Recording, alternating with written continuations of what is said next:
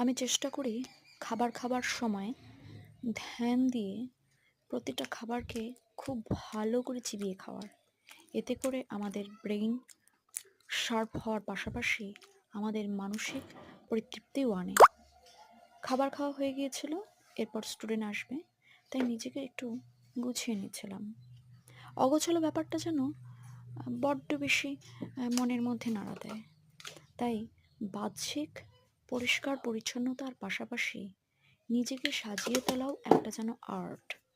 আর এই আর্টিস্ট সত্তাটা যেন আমার সেই একেবারে ছোটবেলা থেকেই রয়েছে। কোথাও কোনো অগোছালো জিনিস দেখলে আমার মনে হয় যে এটা পরিষ্কার করা প্রয়োজন। আমার মনে হয় এই আর্টিস্ট সত্তা শুধুমাত্র ছবি আঁকার মধ্যে নয়, যে কোনো কাজের মধ্য দিয়েই ফুটে ওঠা উচিত। এতে করে একজন মানুষ সম্পর্কেও বোঝা